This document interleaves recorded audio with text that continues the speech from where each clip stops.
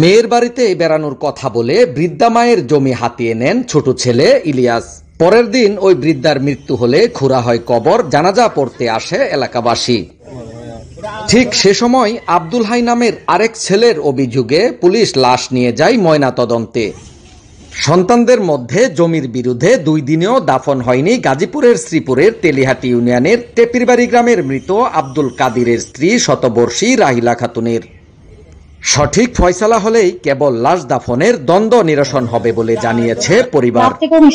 আমরা দিনে তো আর দাদির কাছে যাই নাই, পরে 3টার দিকে আসছে যে মারা গেছে।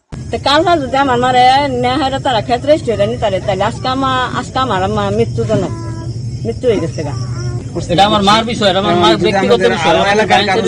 অনেক কিন্তু তারা মামলা মহদ্দমার মধ্যে গেছে, যেমন শুনলাম আর কি আসিয়া সবাই কিন্তু এলাকাবাসী চাইছে সবাই মিলানোর জন্য, কিন্তু কোনো পক্ষই তার সাথে মিলতেছে না। সন্তানের জমি জমার বিরুদ্ধে মায়ের লাশ দাফনে বাধার ঘটনায় রীতিমতো অবাক হয়েছেন স্থানীয়রা। 10টার সময় জানাজা ছিল, হওয়ার কথা ছিল, এইটা হয় নাই।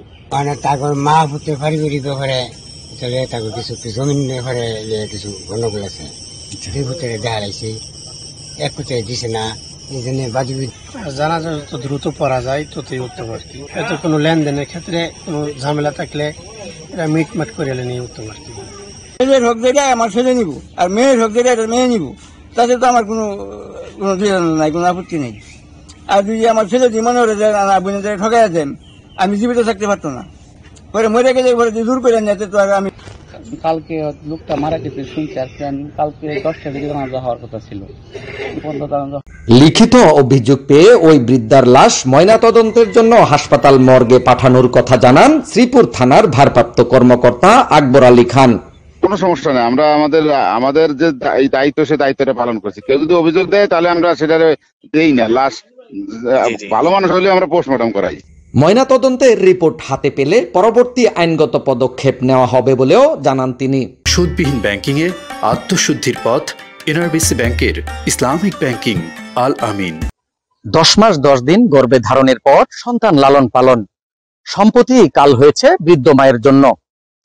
কবর খননের পাশাপাশি জানাজার সময় হলেও সন্তানদের বাধার কারণে লাশ কবরস্থ করতে পারেনি এলাকাবাসী। মর্মান্তিক এই ঘটনায় চারিদিকে আলোচিত হয়েছে, কাল হয়ে দাঁড়িয়েছে সম্পত্তি। গাজীপুরের শ্রীপুর থেকে আলফাত সরকার, মোহনা টেলিভিশন।